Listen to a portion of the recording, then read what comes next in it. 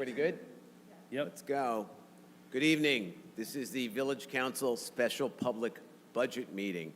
The date is February 9th, 2026. The time is 5:10.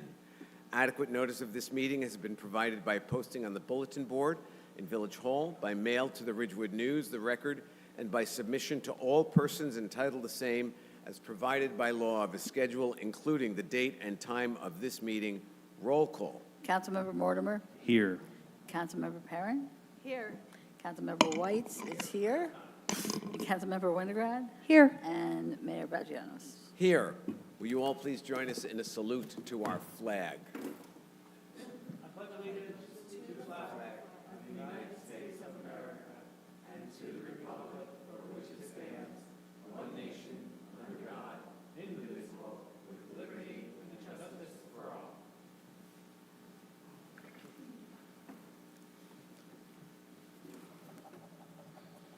Hang on one second, having a little trouble. User error. Okay, let's go right to public comment. Dylan, I understand we have Denise on the line. Correct. Denise, please unmute. Denise, are you there? I am. How you doing? I'm great. You guys are coming in a little low, so either Dylan needs to turn up the volume, or if you can speak into the microphone a little bit would be better. Dylan, crank Denise it. Lima, Ridgewood resident, just for Heather's point of view. Thank you, everybody, for holding and hosting these meetings. Just please identify yourself. She did. She did. I just did. Yep, she did. Yep. Con- Okay, continue. thanks. Yeah, thank you for hosting these sessions. I view them as work sessions. There's public comment. I don't think that they're public hearings, because once public comment is done, I don't think we can ask questions. At least haven't been able to get unmuted to do that.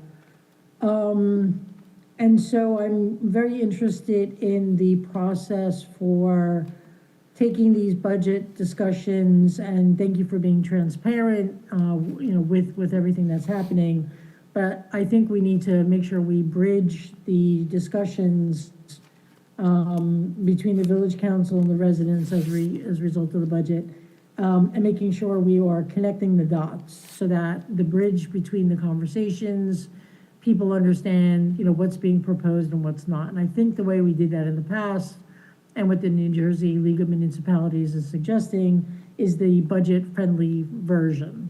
I know we go back and forth. I know sometimes we talk about it from an OpEx, CapEx perspective, from a debt perspective.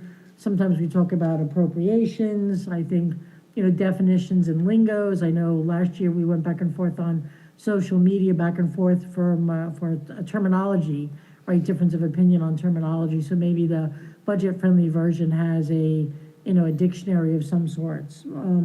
But I think we need to continue to do that before we introduce the budget, so that residents have enough ample time to review it, understand it, so that the questions that are asked in the introduction and the hearing, are clear and precise.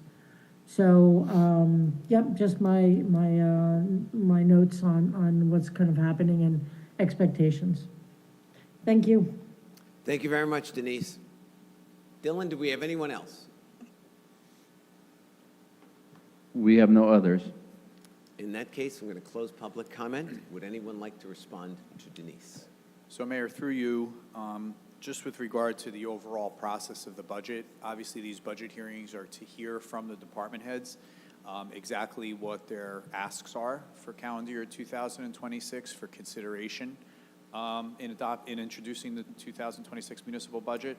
I can tell you that from here, what will occur is there's still some more work to be done by the finance department.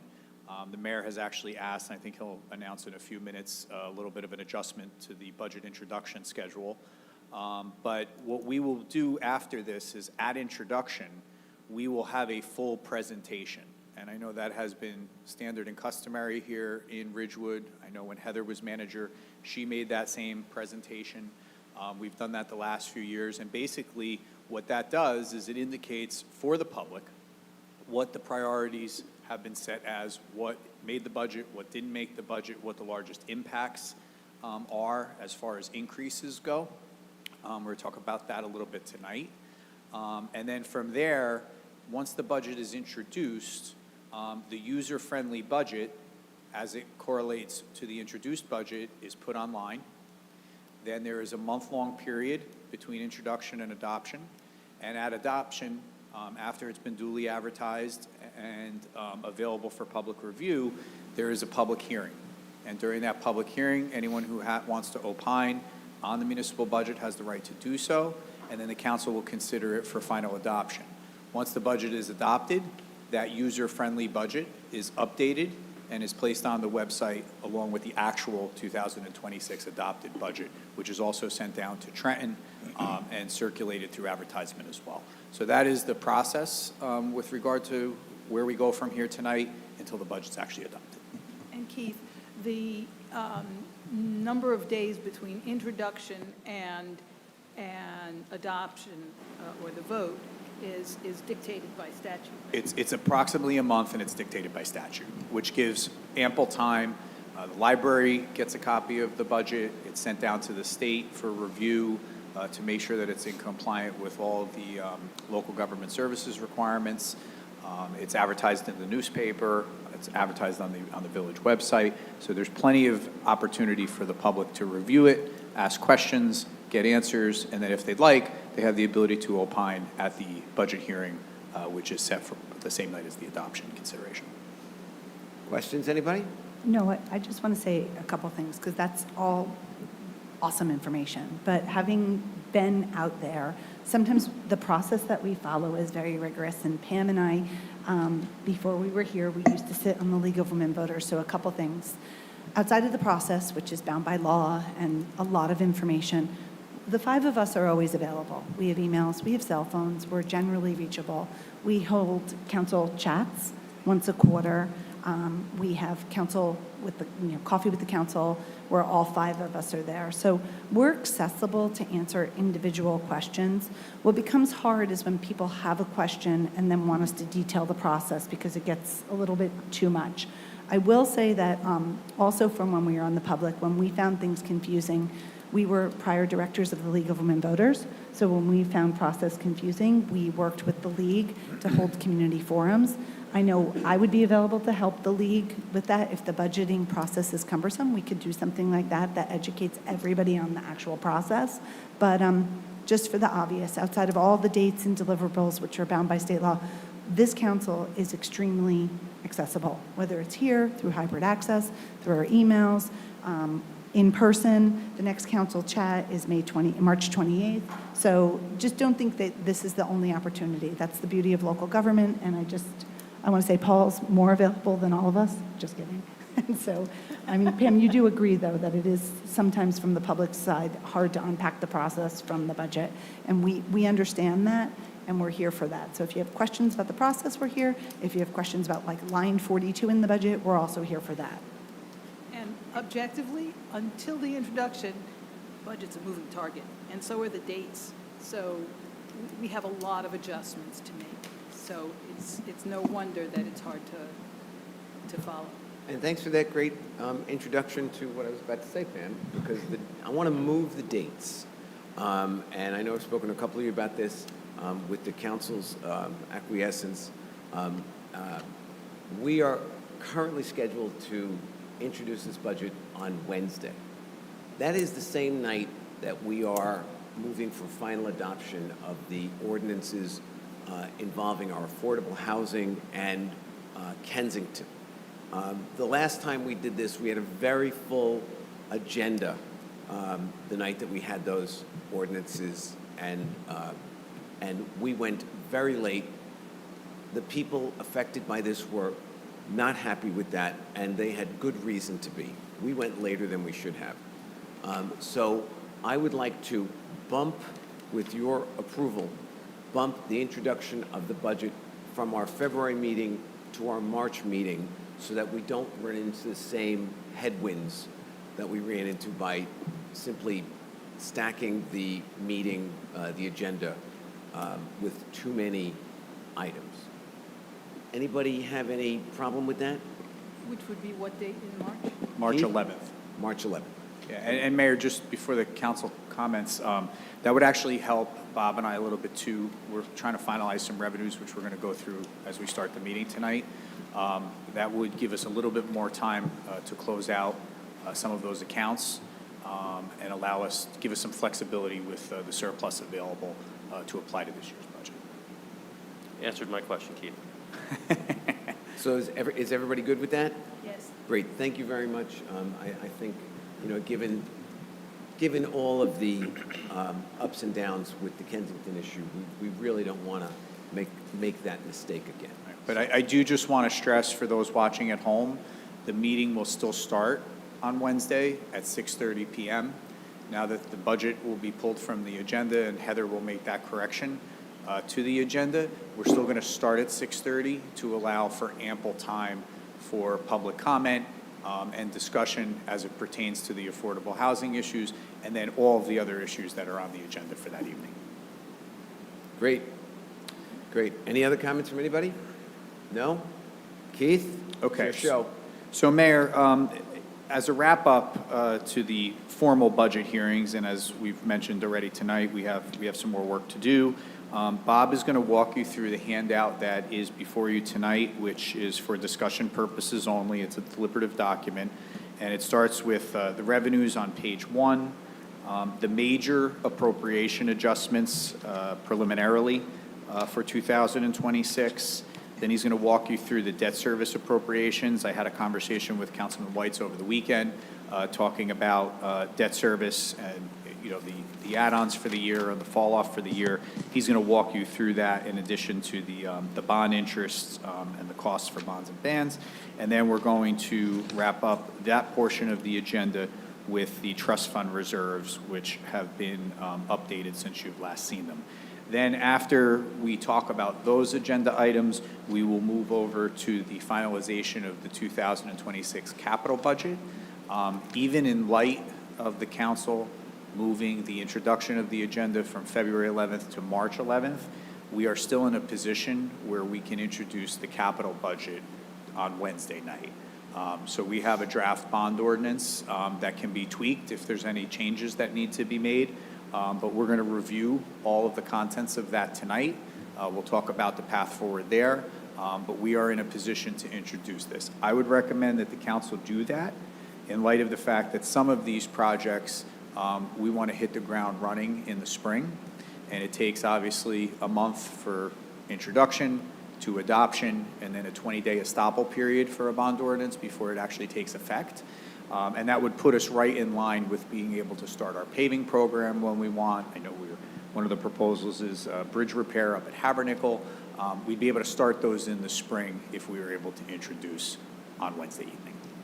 You still want to keep capital for this Wednesday? then? Capital budget, we are recommending that we introduce on Wednesday because, again, it will take at least a month and a half before those funds become available to do our spring projects. Everybody good with that? I think it's an awesome idea, actually. Okay. So with that, I'm going to defer to Bob to walk you through the handouts that are before you tonight, and we will start with some of the revenue challenges that we are seeing in preparation of this year's budget. Bob? Thank you, Keith. Good evening. The first page of the handout that you have is a discussion or presentation as to the challenges that we're faced with in some of the revenue streams that come through the village for the budget this year. So from the surplus status, the books need to be closed before that number can be determined as to how much we can use to help offset any increases in taxation. Our local revenues are pretty flat to last year, with the exception that Valley. I'm sorry, Bob, would you mind just explaining, when you say surplus, what is that? Surplus is the fund balance, that's retained earnings, okay, that you have at the end of the year.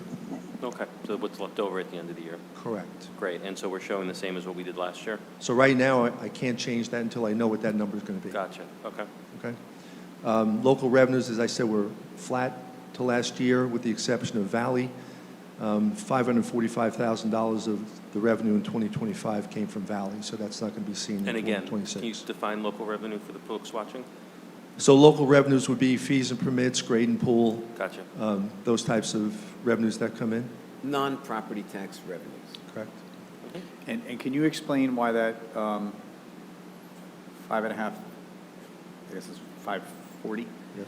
Why can that not be used against this year's budget, just so the council's aware? So since Valley has redeemed their lien, they no longer will be eligible or won't be subject to interest and costs on taxes unless they don't pay again. Then there'll be a tax sale if they don't pay for not just them, but for everybody. And that's the time that you would realize that interest on that sale. So the 545 is the result of the tax sale that we had in '25 and the non-payment of taxes up and through basically the second half, the tax sale date. So that you will not see again in 2026. Under state aid, excuse me, state aid is flat. No anticipated increases. Interlocal services, we've added West Milford this year to our interlocal. That will increase that by $76,000. Public and private revenues. So these are all the grants that come through the village. Last year, there is what is called unappropriated reserves in our grant fund. These are revenue sources from specific grants that have not been appropriated. So the money may have come in, it was not appropriated yet, so it sits in an unappropriated account. You're allowed to use that money in subsequent years for budget purposes.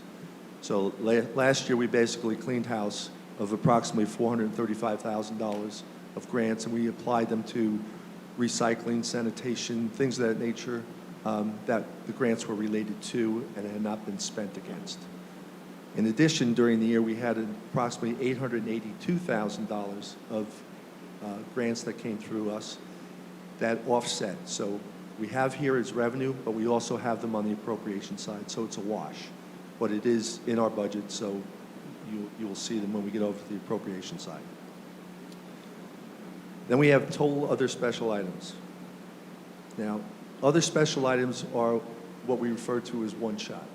So, for example, one year we may have capital surplus in the general capital of $500,000, which is a result of cancellation of ordinances or bond and note sale.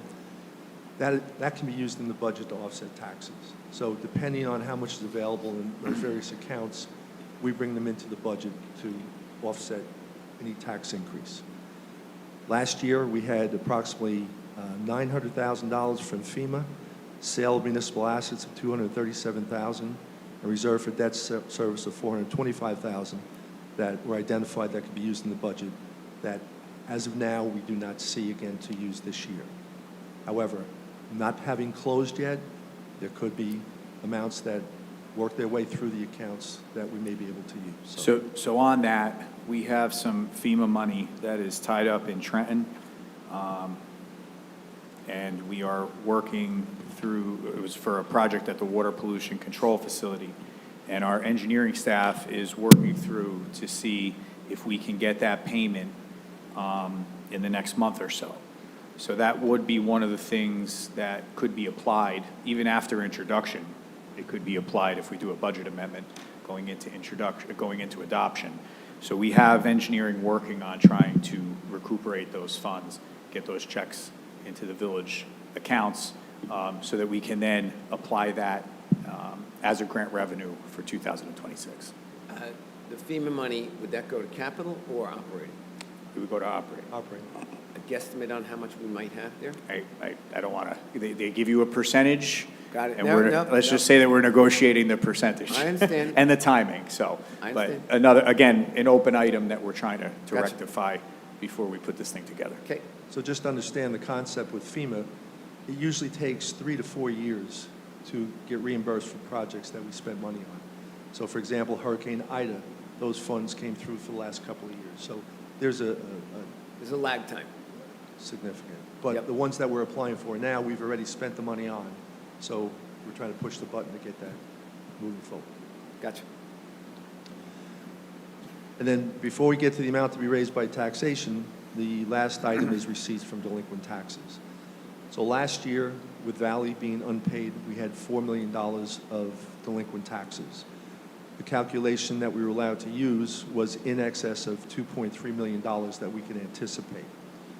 Valley having redeemed the lien and paid this year, in '25, we realized $2.3 million against delinquent taxes. Since those funds are no longer available, since they paid, we're only allowed to anticipate $583,000 this year, and that's by statute. There's no movement on that.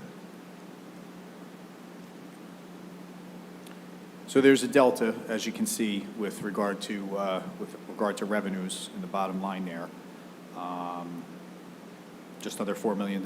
So we're working through that. And again, this isn't everything included. So Bob has some work to do in his office to finalize those numbers out. And any of the grant money that is still outstanding that could lower that number, we are planning to work to try to harvest before we do budget adoption.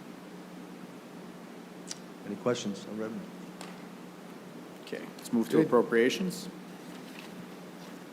So under appropriations, salaries and wages compared to last year are up 7%. That's contractual, which includes steps, cost of living adjustment, overtime, and on-call. Group insurance, we talked about at our last meeting. The increase in premiums is approximately 33% over last year. Debt service, which is the result of our bond sale last year, is up approximately 10%.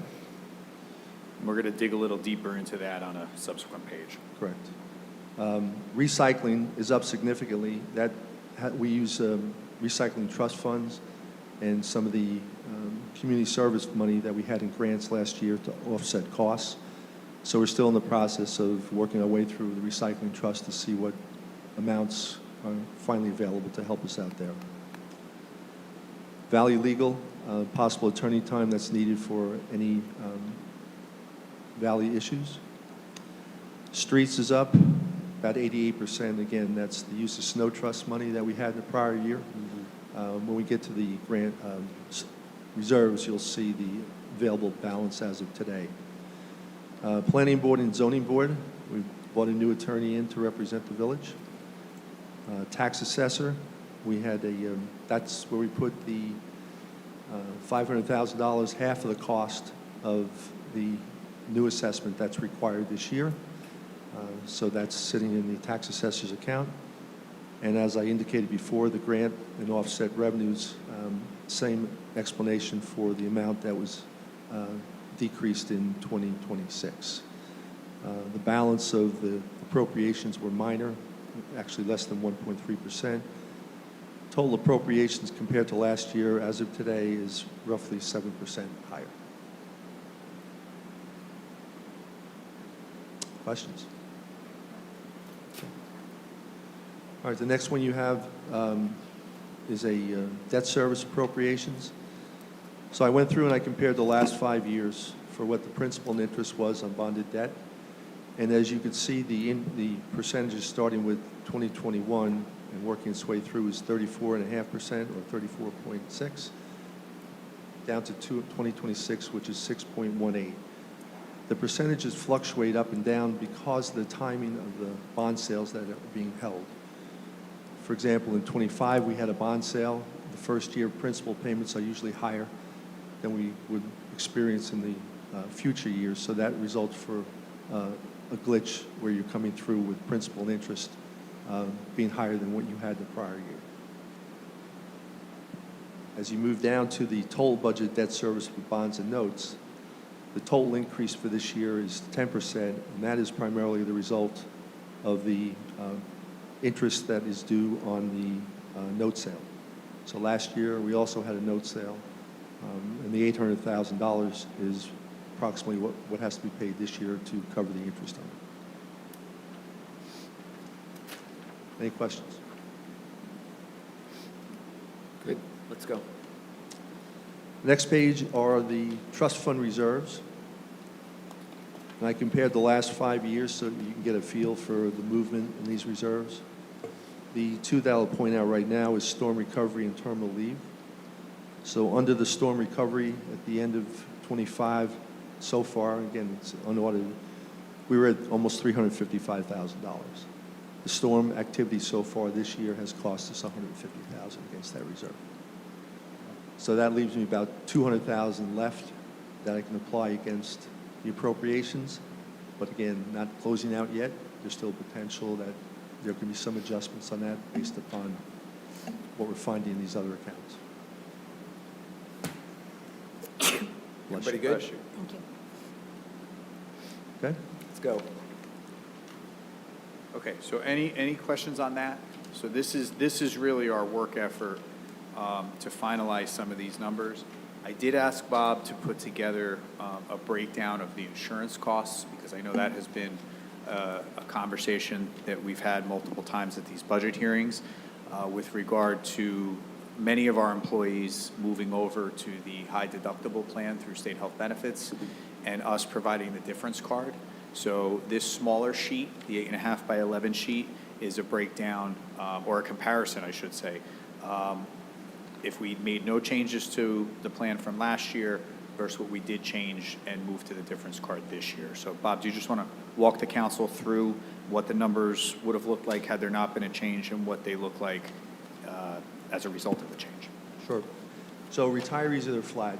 There was no change to retirees whatsoever because they were not allowed to offer the difference card, so they stayed on the plan. So there's the increase in that premium was $990,000. If we did not change the plan, if you look under the active column, you'll see the increase of almost $3.3 million, which is roughly a 73% increase. After offering the difference card and having movement in some of these, those that chose not to stay in the plan, and maybe they went to their spouse's plan, we see a reduction of 33.6% in the active. So $1.5 million savings. So Keith, can I just go back Sure. to, I guess, the budget, the first presentation you had? This is pretty dim, no? I mean, we're showing revenue down by 4 million. We're showing appropriations up by 5 million. I know you walked us through the reasoning, but what is the thinking in terms of how we're going to balance this off? I know we haven't gotten to the property tax yet piece. I imagine we'll see a little increase there, but Yeah, we won't have that until we finalize the revenue numbers. And also, at this point, we started today, and in the next week or so, we will be doing another round of audits through the appropriation side to see where we can cut back. I could tell you with the judge's ruling on 2 of the court cases on the Board of Adjustment, that's an area that we're looking to cut down, just as way of example, because Bob highlighted on the appropriation side. So we have more work to do. We have more work to do. And in light of, the mayor's discussion over the weekend about wanting to move the budget in light of the affordable housing issue, it does also give us a little bit more time to finalize where we need to be here. With regard to the revenue side, it's about harvesting those grant dollars and trying to get them in. That's the only way at this point, other than him finalizing some of the outstanding accounts, that those are going to be the largest chunks of money to move the revenue. okay. Now we'll wait with bated breath then. When do we get the final revenue numbers? When the budget's introduced. I'm sorry? When the budget's introduced, they'll be the final numbers. I mean, Okay. I may have them a couple of weeks before that, but Yeah, still. we can process. circulate them to the council, but When they're available. these numbers will be updated for public consumption when we do the presentation. I mean, it's more a question of timing. I'm very optimistic, Bob. Very optimistic. It's like collections. It's like the time to pay. It's just got to catch up, right? Yep, correct. I'm optimistic too, but there's $9 million missing, so that's got to be fixed. There's not $9 million Not missing. million. Let's. Well, That's where you pause it. I'm overstating it, but Be obviously. cautious of your words, please. Not missing. Not $9 million A missing. budget gap Yeah. that needs to be rectified, certainly. I mean no malice. Understood. But I mean, Evan, when you look at the trust, the only 2 that have moved over into official activity, which would be more offset, are the one for snow, because we know that now. Let's just hope it doesn't snow again, There you go. for many reasons. All right. Move to capital? Yep. Okay. So if you look at the circulated sheet, it's colored and it's on legal pad, it's on legal size paper. I'm just going to walk through each of these. Feel free to stop if there's a discussion point. But just to lay the groundwork, obviously, each of the department directors who had requests as to their budget were in here and made their pitch for some of them, their first priority, some of them shared some additional priorities with the council. We had a meeting last Wednesday morning with all the department directors and the supervisors who had asks. We talked through what could wait, what was a priority, what needed to be done, why it needed to be done, and with some major assistance from the department heads understanding the budget restraints of trying to keep these numbers under $7.5 million, which is the number that we look at each and every year. We have a recommended capital budget for you this evening. Before we start, I would call your attention to the orange area down on the lower half of the sheet.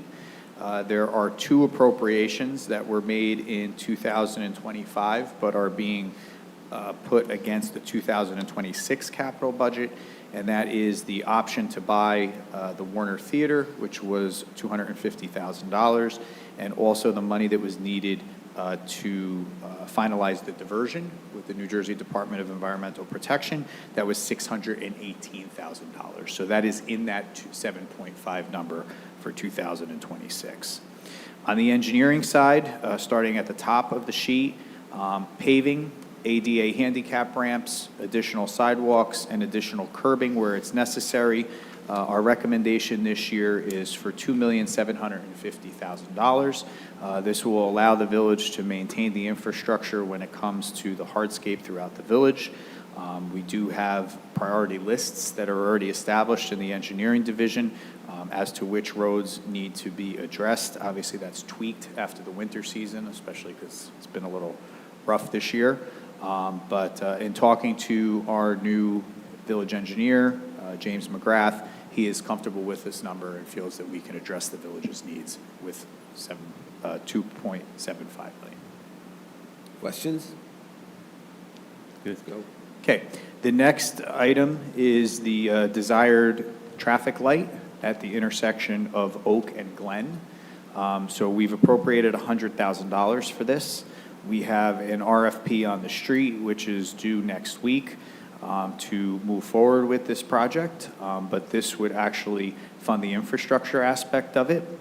Know that this is a major safety issue. It's been brought up at CSAC. I know Councilman Weitz lives in that area, and it's a major concern for the people who travel both of those roads.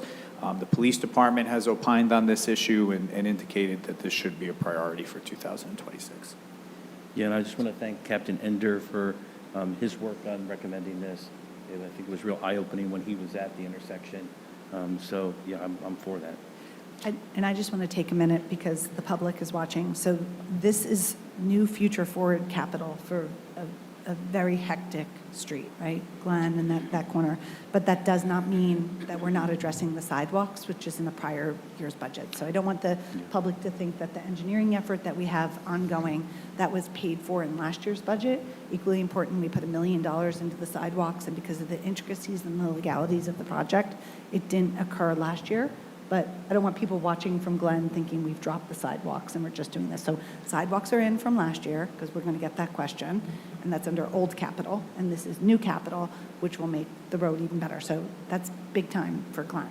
And for just point of interest for people watching, that intersection averages one accident a month. So that's why we're investing this capital. And it's just, our police department as well as our engineering keeps a list of intersections with the most accidents, and so this is up there. And Frank, I want to thank you personally for your leadership on this issue. This is something that's been talked about for years, doing something there.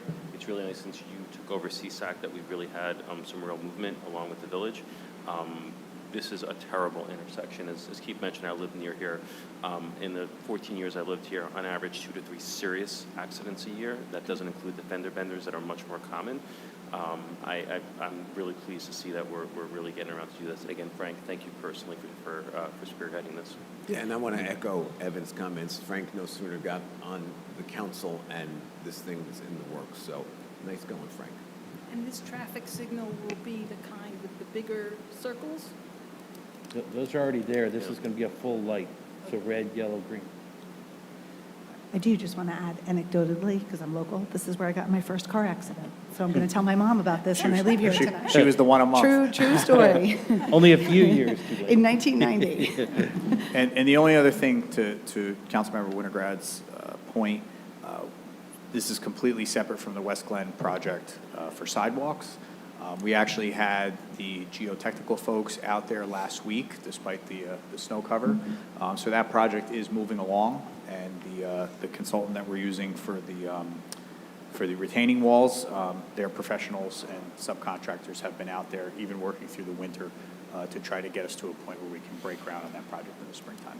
I And thought as you you were, say, Keith, the PO has been issued for the brick, which means that it is paid for. And There if you go. anybody's interested in knowing what the brick will look like, go to Chestnut Street. Ridgecrest, yeah. Ridgecrest, is that what I said? And then it's, if you turn in the Oh, south. Chestnut Ridge, I'm sorry. just Chestnut Village. Chestnut Chestnut Village. Village. On Chestnut Village on Chestnut Road, if you turn in on the side that's closest to Franklin Ave, then go straight back, you'll see what it looks like. And it's actually very pretty. So the next item, also under engineering, is for the Habernickel Bridge repair. We have had some of the concrete at the base of the bridge scour and break up. I know Councilman Mortimer has had some residents in that area who were concerned about Yes. this, who utilize Habernickel Park. We actually revised our estimate on this. It was originally a $65,000 ask. James is confident that $40,000 will cover the costs of the additional repairs and some of the bridge work that needs to be done in the spring. Yeah, because so many people use that walking trail that goes over this bridge. I think that's a great investment. And as you said, I have had many residents reach out to me about it, so thank you for that. Sure. The next is out of the fire department, and this is a $600,000 request for the engine replacement. As you can recall, last year, we established a sinking fund for this. That, coupled with the money from prior year's capital, will get them to the $1.2 million that they need to pull the purchase order, as the councilman said, in order to order this new rig. I can tell you that there is a 2 to 3 year lead time on the purchase of new fire engines, so this is not something we're going to see tomorrow, but in order to start the process, this will close out the budget that's needed to order the truck. And Keith, I want to thank you on this. I mean, this is what fiscal responsibility looks like. The fact that we have a sinking fund and had allocated funds prior means that we don't need to blow up our budget this year, having to pay for the whole thing or $1.2 million at one shot. Really, really well done. You know, it is shocking to me what fire engines cost and ambulances cost, something I've learned since I've been here, but you can't do without them. But again, really appreciate your leadership along with Bob starting some of these sinking funds so that we don't have to eat it all in 1 year. Anybody who's ever done a house budget or a home budget or ran a business knows that that's the way you're supposed to do it. Mm-hmm. The next item is also out of the fire department, and this is at the main firehouse. We need to replace the last 2 garage doors. These garage doors are quite up there in age. It's a $21,000 expenditure to replace the last 2, and we're deeming this a safety concern down at the firehouse. So that is one of the recommendations under the fire department. Next is the establishment of the History and Cultural Center at the Zabriskie Shedler House. As part of our application to the DEP for approval of the park development project, one of the conditions was to establish this History and Cultural Center at the house. The startup costs that we're requesting in the capital budget is $100,000. What's going to be, is that the total cost you estimate? It's the total startup cost. We're going to need to be able to furnish the house, provide for the meeting rooms, for the activity rooms.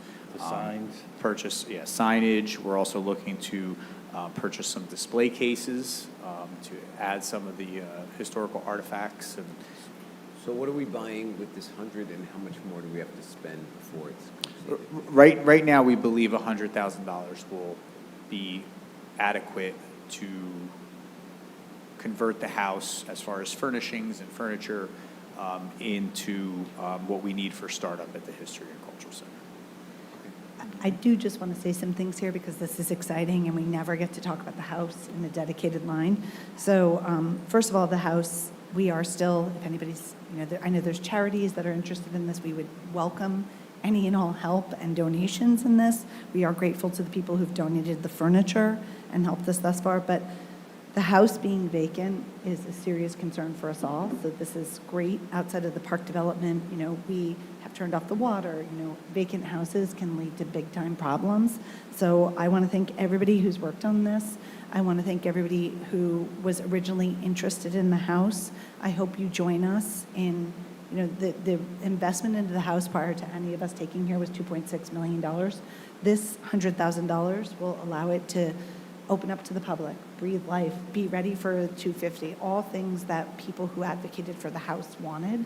So it's, it's money that needs to be spent so the house is not vacant and that the community that's already invested several $1 million into the house can enjoy it. So I'm just grateful it's not more, and I'm happy that this house will be open to the public.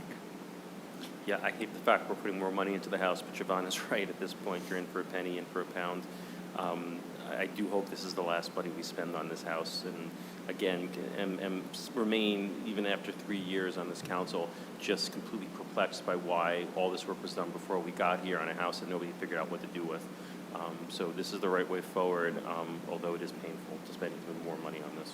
As opposed to looking at spending more money in the house, I think that the way to look at this is what's going to actually make the house usable. Yeah.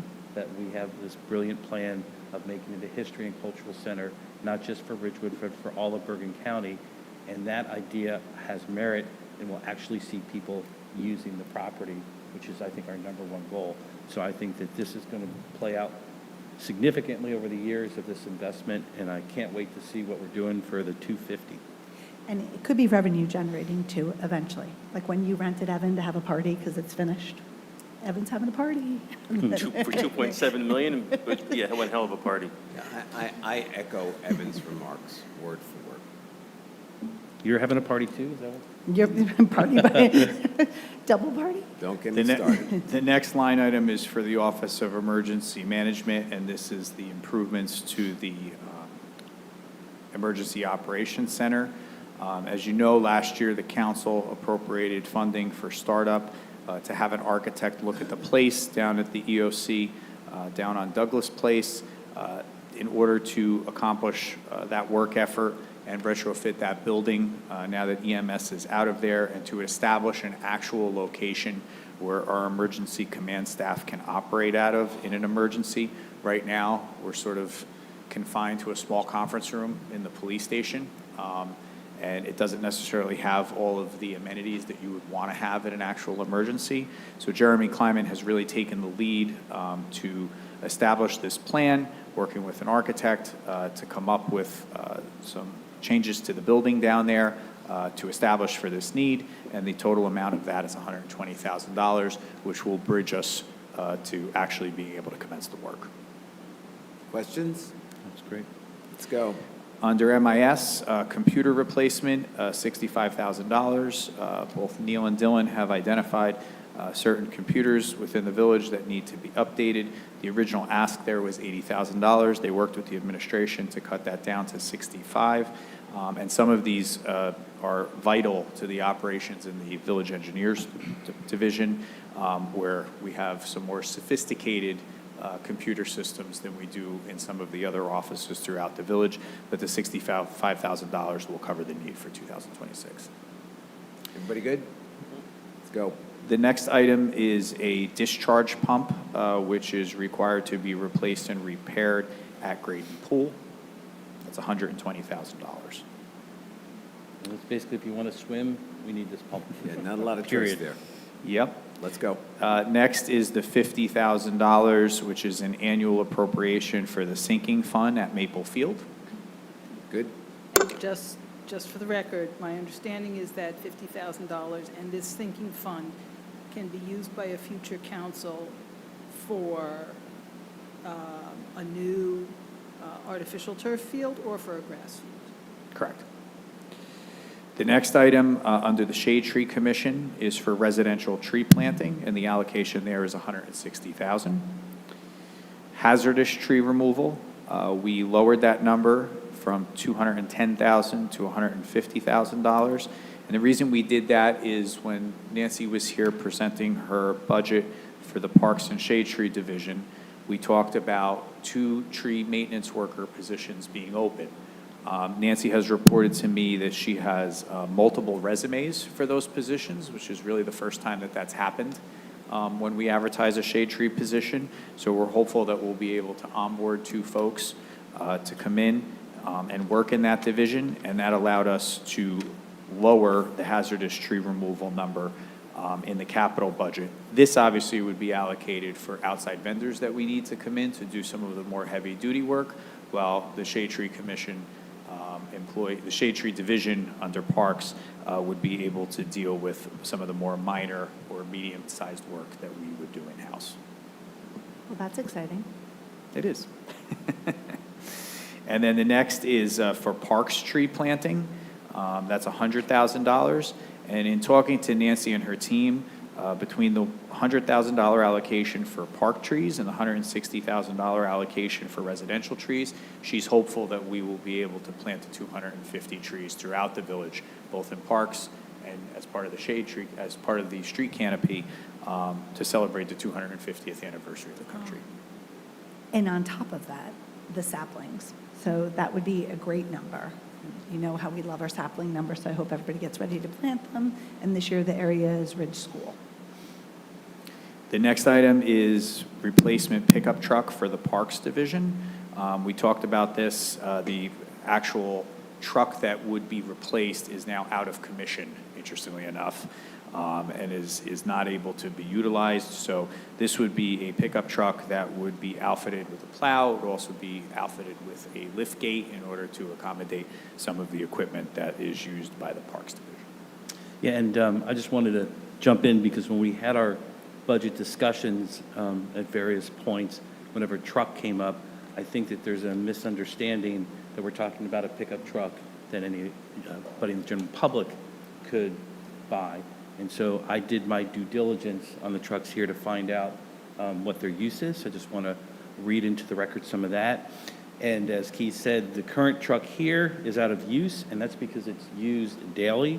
And the replacement F-350, in addition to daily use, it will be equipped with a larger gas engine than what's standard for general use vehicles.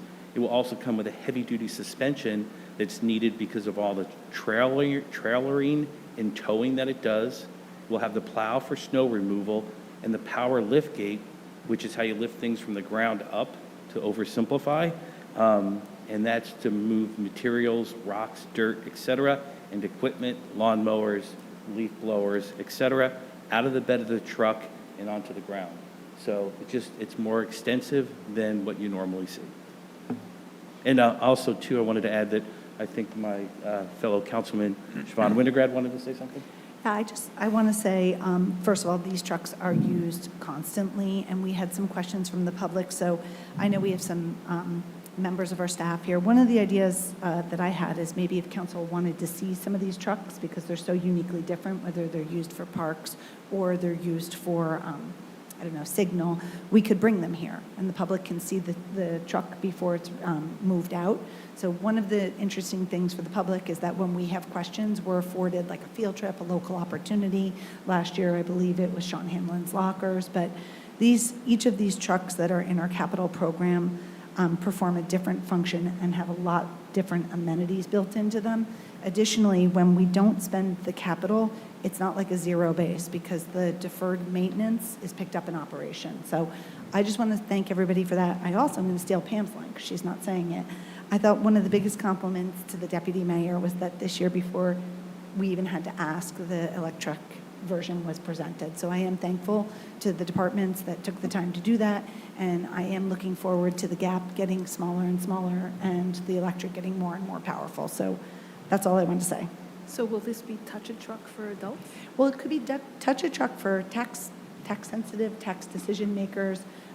These trucks are at touch-a-truck, but a lot of what happens is when our staff comes to us and these are at the end of their life cycle, there's intricacies inside the truck.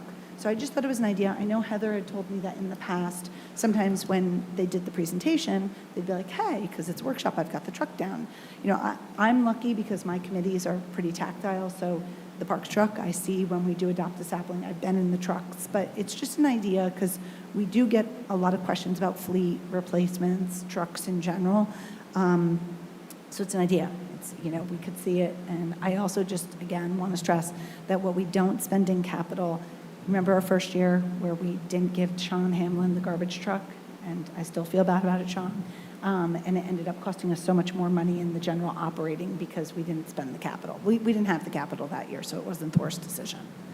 But that's it. That's all I want to say. Good? Good. Okay, the next is under recreation. We have a grant that we received from the New Jersey Department of Community Affairs to make improvements to the skate park at Graydon Pool. We have a match that is required for that grant in the amount of $30,000. So that will bridge the state grant award and will allow us to get that project underway this year. So it's not really a bridge, it's matching. It's matching. Match, okay. Is it a 50-50 match? I believe that one is the one for the county, which I'm about to speak to next. The county gives you an amount, and then you have to bridge the gap to get the project complete. Oh, okay. So, yeah. The next is for Citizens Park. This is also under recreation. It's an appropriation for $268,000. This will match a $121,000 appropriation that we were awarded by the county through their open space program, and this will make major renovations and improvements to Citizens Park.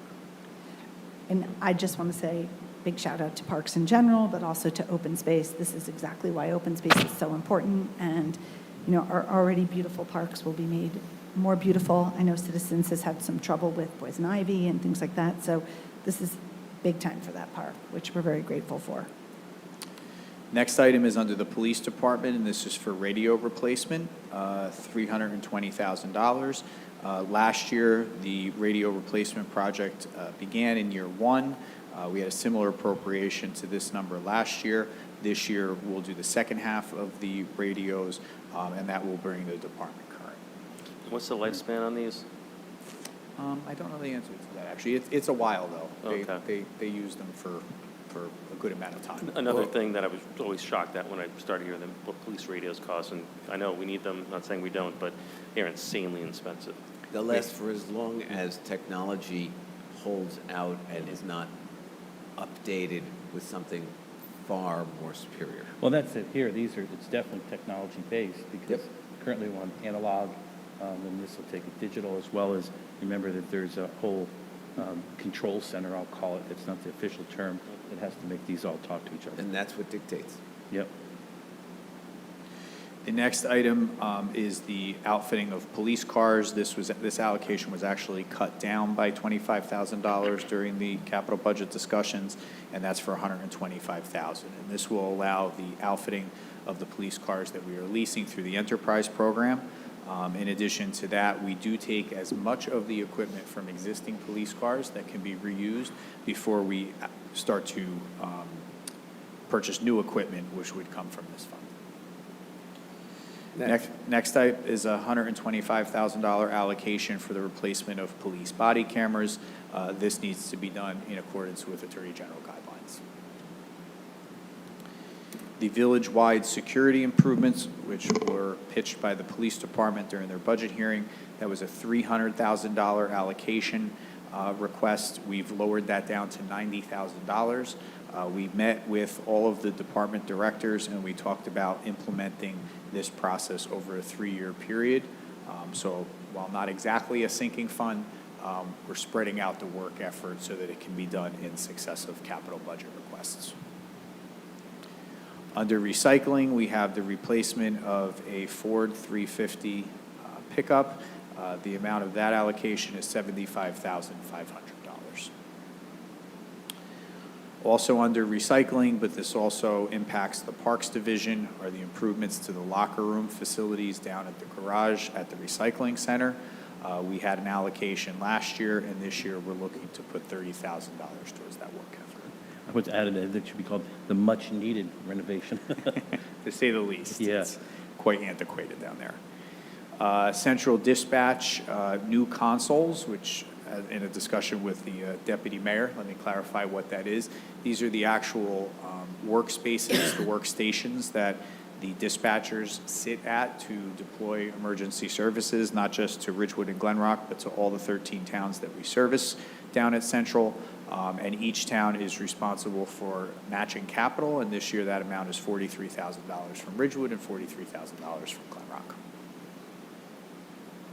Under sanitation, we have a Ford Maverick truck in the amount of $35,000, and you'll notice that number was lowered down after discussion between Sean Hamlin, our supervisor of sanitation and recycling, and Mike Junta, who runs our fleet division. They were able to lower that number for this year's allocation for the replacement of that truck. And I think that's a mild hybrid, is that right? I believe so, yes. There it is. I'm thinking of you, Pam. The next item, under fleet, is a new replacement lift for the garage where our auto mechanics handle the village fleet, all the cars within the village fleet. If you remember, in the original capital budget draft, there was a vehicle called a crane truck. That request has been pulled because of the urgency of replacing this lift at the village garage, and that amount is $48,000. Good, let's go. Under streets, we have the replacement of the street sweeper for $336,000. Again, street sweeping is a requirement of the New Jersey Department of Environmental Protection. Mike Junta, our supervisor of streets, spoke about that during his budget hearing. And our street sweeper currently is on its last legs, so this is a needed requirement for purchase this year. And again, as we discussed, if there's a way to look at some shared services, maybe we can get paid to do Hoboken streets or another borough would be great. I'm going to get to that when I get to the sewer truck. Oh, excellent. Good. The next item is for traffic signal. This is the replacement of the sign truck with the plow. That's $160,000. Again, Ridgewood, when it comes to traffic signal and signage, the group within Signal that does the signage for the village, we do stuff that no other municipality around here is capable of doing. And based on the amount of signs, our sign shop, which creates the signs in-house, we don't have to pay a secondary vendor to create much of the signage in the village. This is a needed replacement for Rich Charlton's division. Yeah, and just to add on to that, Keith, the sign truck is a specialty vehicle designed for sign installations as well as pavement markings. This truck is by far the hardest working truck in the Signal Division fleet. It's 11 feet long and not the 8 feet standard that's generally used for vehicles. There's a 54-inch power lift tailgate mounted to the back of the truck for loading and unloading the line striping machine. The line striping machine is 52 inches long, and during paint season, which is June through September, the tailgate will lift and lower the striping sheet approximately 2,000 times. Restriping all the white stop bars at every stop sign, the yellow line lines, and the blue handicap parking spots in the CBD. Restriping is a mobile process with 2 employees involved, supported by this truck. The paint machine is loaded onto the truck, tailgate is then raised a foot off the ground, the truck is safely driven to the next corner, the machine is offloaded, the painting process takes place of the stop bar or lane lines. That takes about 3 to 6 minutes, then the machine is put back on the tailgate, lifted up, they go to the next corner, and then those 2 employees can restripe approximately 20 intersections in 1 hour using this process. Additionally, that when you put a sign post in, that pole is 12 feet long, 3 feet is driven into the ground, and so without this specialized truck of where they stand and the equipment that they use, that they'd have to be on a step ladder at the curb, and this is for the hundreds of signs a year that get replaced or installed. And if they didn't do that, they would use the step ladder, which then wouldn't be safe. And since this truck gets used every day, it's well suited for the work and keeps our crew safe as they work in the roadway. Any questions on the sign truck? Not anymore. Okay. All you ever wanted to know about Signal's utilization of the sign truck. And more. Also under traffic signal, we have $50,000 allocated for additional pedestrian crossings, similar to the one in front of Ridgewood Water that connects across the street to Greenway. At the water pollution control Wait, facility. Before we go, just because the public's watching, I just want to say and encapsulate that the pedestrian crossing is a rally cry from many neighborhoods, and I'm very grateful to Frank and Safety for pushing that forward. I also want to add, not to belabor the trucks or the heavy equipment, but we do go quickly. So with the street sweeper, that is something that's also utilized. We have to do it for the NJDEP because of stormwater, but it is also a service. I'm going to say this, everyone's going to make fun of me, but after a windstorm, we get a significant number of complaints about dogs, pets, because there's debris in the road. It's after traffic accidents. So all of these really affect quality of life while they're heavy equipment. But most importantly, I just want to say, from pedestrian crossing, because we've seen, serious issues going on with people, this program's so good, and I think that capital ask is so welcome by everybody. That's it. We're just going so quickly, and I know the public is watching. We're really trucking it over here, no pun intended. Yeah. So the next request from Water Pollution Control Facility is the hydro sewer truck. This is the amount of $370,000. We had some ample discussion about this at the budget hearing where Jim Fells and James McGrath presented this. I can tell you that I attended an administrators meeting of all the administrators in this section of Bergen County on Thursday. Once we have the truck, there is some interest in potentially utilizing our services. Some of the municipalities utilize Northwest Bergen, so we're going to have some discussion about whether or not we can be competitive in that space and see where we may be able to use this truck and maybe some other equipment on this list and that we have already in the village inventory to supplement some of the work and help our neighbors. That'd be great. Listen, this is overtime for our employees and opportunities for them to make a little extra money. It allows us to recoup some of the investment that we're putting into these products. Really, really would encourage you, Keith, whatever we can do to help service some other towns and make some money with all these expenditures would be really, really appreciated. Understood. And now for a lot of information about exactly what this truck is. So buckle in, Mayor, we're going to go. This truck is used daily to proactively, and I want to underline that word, proactively keep our sewer lines clear and flowing. And just remember what's in sewer lines. It can clear up to 8,000 feet of pipe per day, and last year, over 800,000 feet of pipe was cleared in Ridgewood. This truck is over 15 feet long. It carries a 1,500-gallon tank of water. It has a pump that shoots water 80 gallons per minute at 2,000 PSI through 600 feet of specialized hose, and that hose alone costs $25,000. To drive this truck, it requires a Class B commercial driver's license with a tanker endorsement to operate it, and it takes roughly 6 months of training before you can use it. And here's some trivia. The village has roughly 98 miles of sanitary sewer lines, much of which is over 100 years old. And that's why the village needs its own truck to maintain all those lines. And in addition to all the residential work that this truck does, once a month, it cleans out the CBD, which is important because fat and debris from all the restaurants build up and it keeps it clear. And that is why we need this truck. Thank you, Frank. And that brings to my mind that if we share this truck, I would like it to be with our employee who drives it as well. I wouldn't want somebody else's employee driving the truck. Well, given that it takes 6 months of training, I don't see how you could feasibly have somebody else operate it. I think Frank's just trying to win truck trivia.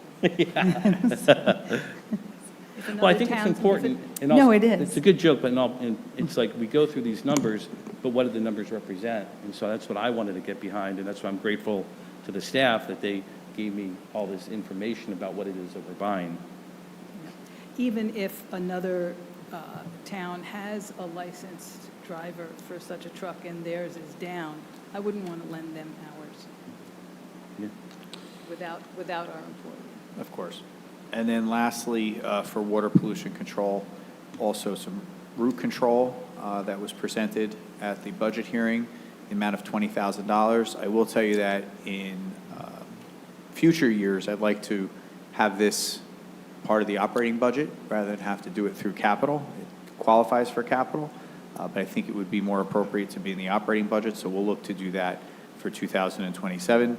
But at least to get us through this year and into next year, we're looking for a $20,000 appropriation to assist us in that endeavor.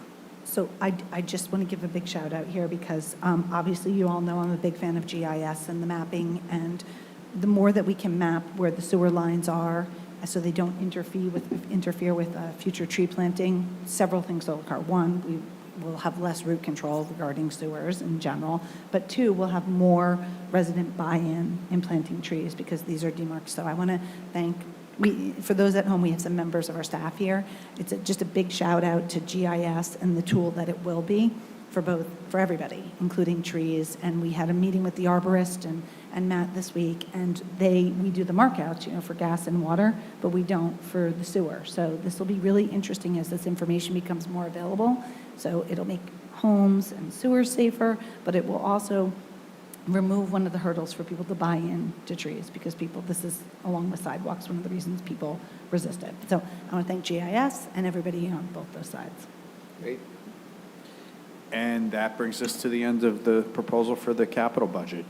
When you add in the two appropriations from last year, it comes to $7,469,500 for 2026. And Keith, before we go on, just to be clear, my understanding is that's roughly in line with what we've done historically for budget appropriations? Yes. Okay. Bob, you want to opine on that?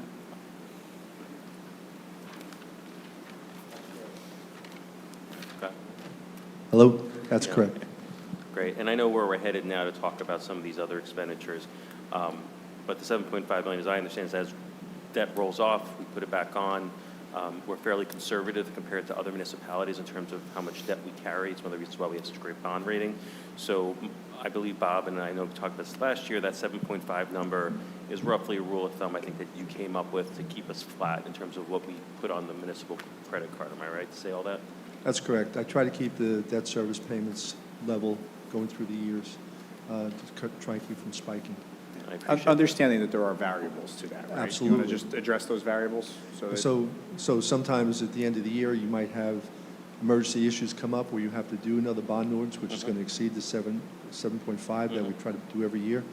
And, that's just the way it is. So that'll get wrapped into a blip, for example, maybe 2 or 3 years down the road to cover the cost for that. Yeah.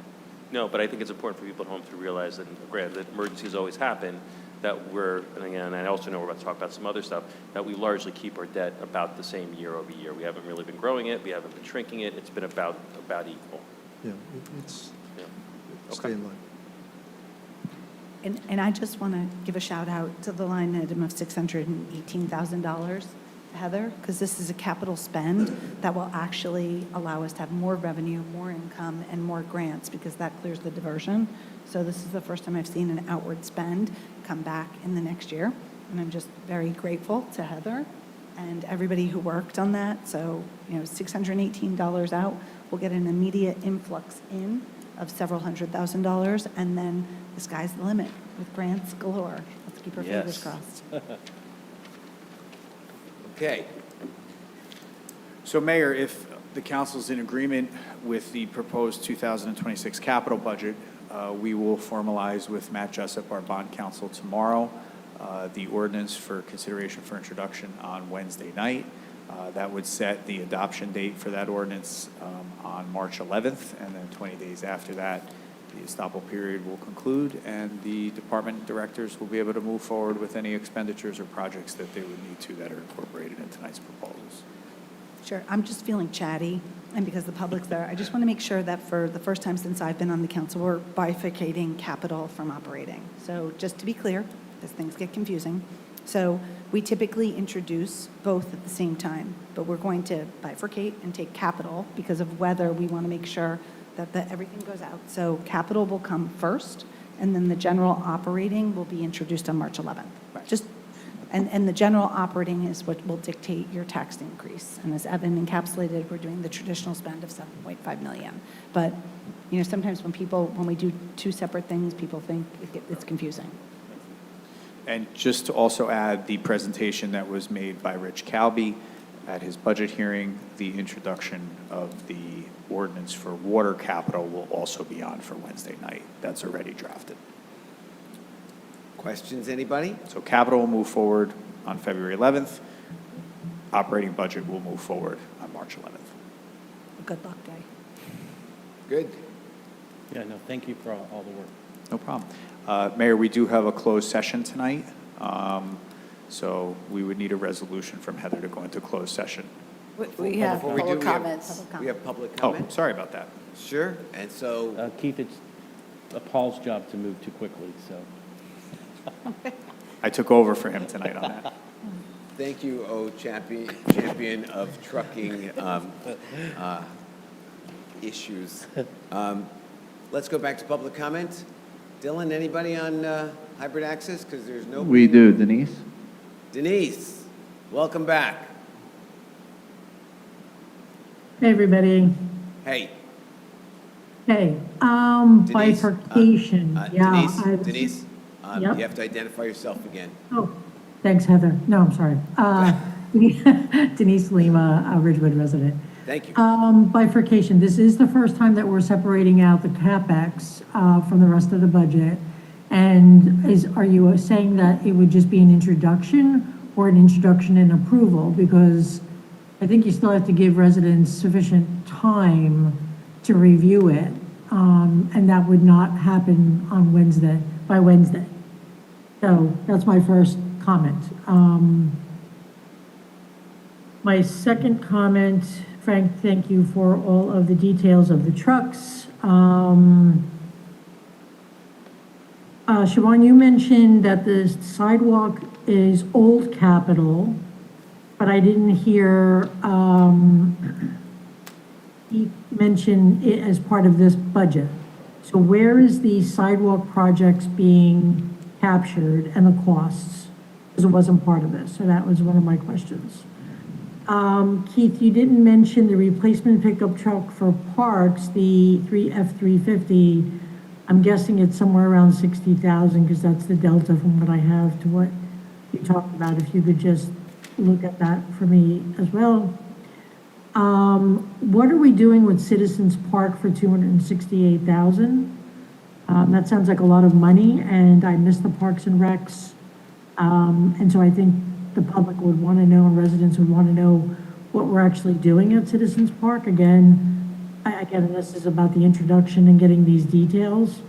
And so we can talk about it offline, but I think we need to understand it because that's a lot of money. I think the top 3 or 4 items that are on this list are kind of must-haves, right? The fire department replacement, 600,000, the street sweeper, 368, the hydro truck for sewerage, is 370. I think they're all must-haves, and everything else is, I guess manageable numbers. Year over year, it sounds flat, which I think is great. Delta around 9 million. The 10% interest that we've been paying on some of the bonds due, I thought we were AAA rating, and so the 10% seems high to me. If somebody can just explain why we're paying so much when we have such a good rating. And that's all I captured from tonight, but I think the most important thing is not bifurcating, not separating this out. The residents need time to see it. The municipality is saying residents need time. And I don't understand what the rush is. So that's it. Thank you. Thank you, Denise. I think we have one more. One more. Boyd? Boyd, you there? Can you hear me? Ann, we can hear you. Yes, this is Ann Loving on Boyd Loving's phone, Ridgewood resident. I just wanted to say something about Wednesday night's meeting. I wanted to say that even though the public hearings are closed on those 5 ordinances, I do hope that all public comments will be allowed at the beginning of the meeting instead of only allowing that certain limited number. Thank you. Thank you, Ann. Anybody else? Dylan? We have no others. Seeing no one else, we're going to close public comment. Would anyone like to respond to either of the commenters this evening? So Mayor, very briefly, first, I want to say that there's nothing that was proposed in tonight's capital budget other than the swap for the proposed crane truck for the fleet division with the needed lift that needs to be replaced at the Village Garage on Chestnut Street. Everything else, as far as capital priorities, has been discussed since the onset of the budget hearings at the end of January. So all of these items that I just listed out have all been thoroughly discussed for the better part of a month as far as what direction we want to go in with capital. The other thing I want to say is, while it's traditional here in Ridgewood to approve the capital budget in one ordinance, it's actually not the way it's done in most other municipalities. Bond ordinances that approve capital projects are done all throughout the year. Some municipalities do specific projects with specific ordinances. So if you're going to, do a road resurfacing bid, you're going to do a bond ordinance that's just going to cover road resurfacing. And you're going to do a park improvement project, you're going to approve a bond ordinance that just is for that park improvement project. So we just sort of do it a little bit differently here in Ridgewood.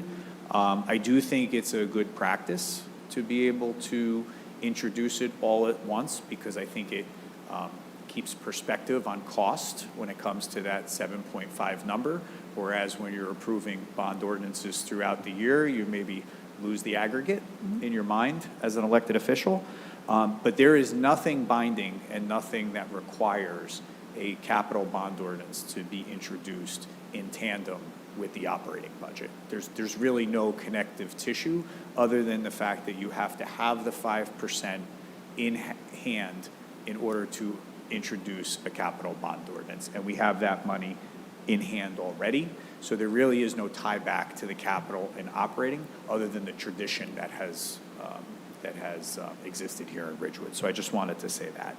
With replacement of the Parks truck, Denise, that is a $100,000 expenditure because of the lift gate and the plow and the amenities that are needed to support the operations of the Parks Division with that new vehicle. With regard to Citizens Park, Citizens Park will see a full regrading of the ball fields there. We're also replacing all of the fencing at the park. That is original fencing dating back to somewhere in the 1960s. There are some hazardous areas that we're concerned about because the fencing is somewhat antiquated. We are also looking to put covers over the players' benches, replace the players' benches, add some small-scale bleachers so that spectators have the ability to see and view games and practices. So if you are more interested in the intricacies of that plan, there's actually a grant that has been allocated by Bergen County. So there is a plan for this that is on file with the Rec Department, and certainly if you want to see the specifics of that plan, Denise, that is available for public review. And lastly, I'll just have Bob address the 10% interest on the bonds. I think she misheard what Bob said when he referenced the 10%. Yes, we are a AAA-rated community. We have been for quite some time. Our interest rates are favorable to what many other municipalities experience. That 10% I identified was the increase in debt service from one year to the other, from 25 to 26.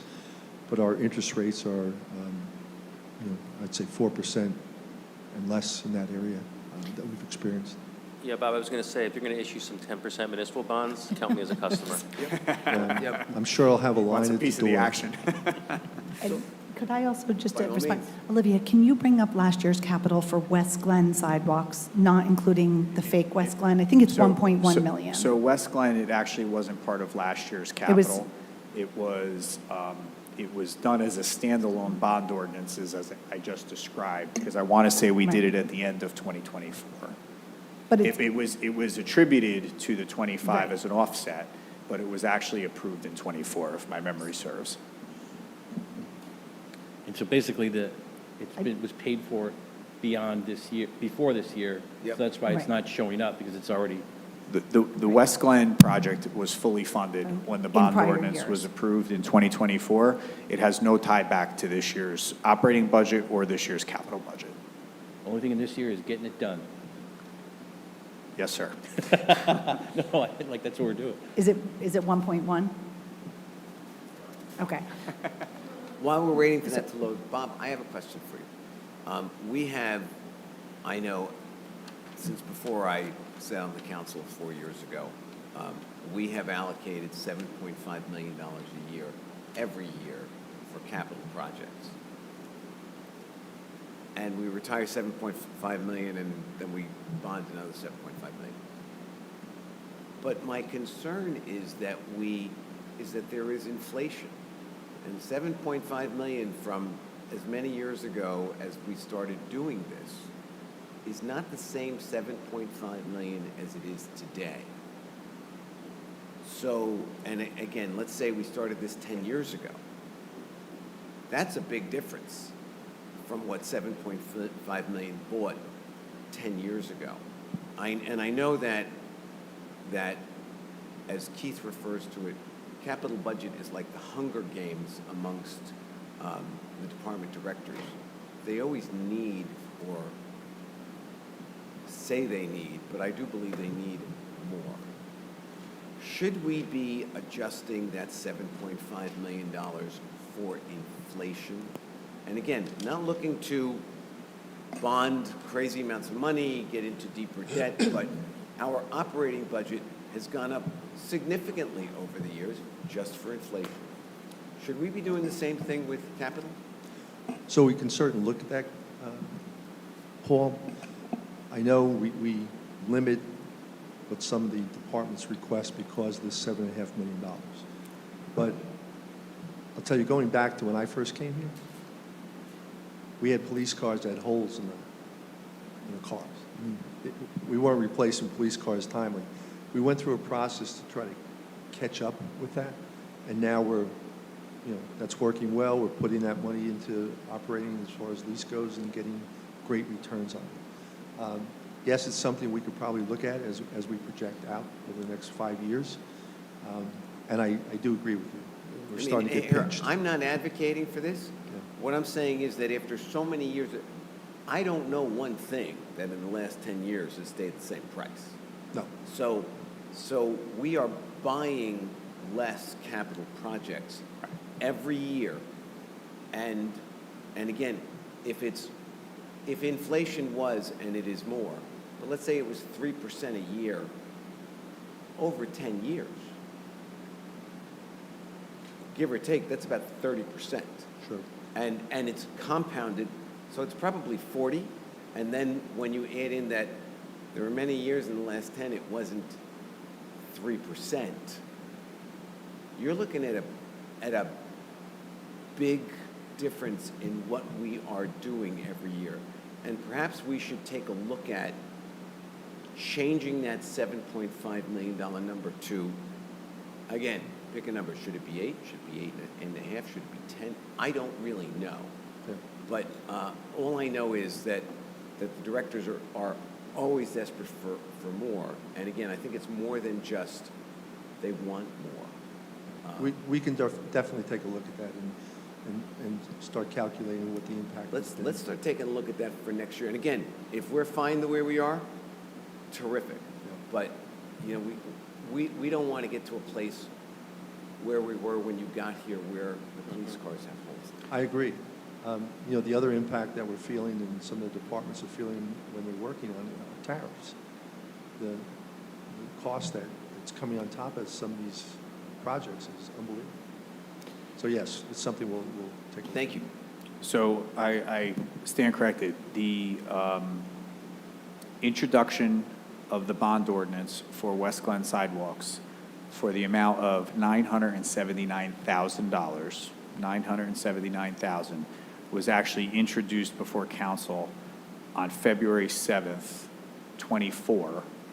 It was coupled in the same bond ordinance with the renovation of the Kingsbridge Lane pedestrian bridge. It was introduced on February the 7th. It was adopted on February the 28th. It became effective March 21st. So that was so the appropriation goes back to winter of '24. Awesome. So Denise, hopefully that answers your question. And I just want to say that I just want to highlight it because, again, taking the original feedback, we need to be more tactile in like what's happening. West Glen is an important priority project since Evan and I took our seats, and it's had many things go through it, but it is fully funded. And I think I have 1.1 because I think the prior council spent, before we spent almost $1 million, they spent 99,000, and that's going to make West Glen safer. And I just didn't want anyone looking at this capital thinking we forgot about them. And while it's hard to believe that it was 2 years ago this month, the reality is that, you know, this is not a project where we just go out and do it once the money's appropriated. Once we had the money appropriated, we had to sit with the residents. We met with the residents multiple times. The mayor was in that meeting down in the lower level of the building. We had to walk through with them how their property was going to be impacted because there are retaining walls that are going to need to be built. We were going to be accessing their property. We had Matt Rogers and for our village attorney develop right of access agreements so that we can physically do the work on those folks' properties, in addition to easements, because we'd be encroaching with some of the infrastructure that we're going to be putting in. So all of that took a lot of time, and now we're in the process of doing the geotech work, but looking forward to breaking ground this spring. So this has been a long-awaited project. I know there's urgency to it, but there were a lot of legal and logistical issues that needed to be done before we could start the installation of the sidewalks. You sound so serious. This is such a good thing, right? And I'm going to call Suzanne Ruane tomorrow and be like, oh, the bridge beat the sidewalks because she advocated it. It's such a good thing. I just wanted to make sure because that is a question we will hear from the public. Everybody good? Yep. Let's entertain a motion to go, a resolution to go into closed session. Heather? So moved. Be it resolved by the Village Council of the Village of Ridgewood that the Village Council meet in closed session on February 9th, 2026 at 5 p.m. or soon thereafter as a matter on the agenda can be reached. And the said closed session be held in the courtroom of the Ridgewood Village Hall, 131 North Maple Avenue, Ridgewood, New Jersey, and be it further resolved that the matter to be discussed in closed session is limited to matters of protection of public safety and security, Department of GIS, MIS. This matter is allowable under NJSA 10:4-12 at sec, and be it further resolved that the minutes of this meeting shall be made available to the general public when such matters have been deemed completed by resolution of the Village Council. May I have a motion? So moved. Second? All in favor? Aye. Aye. Okay, thank you.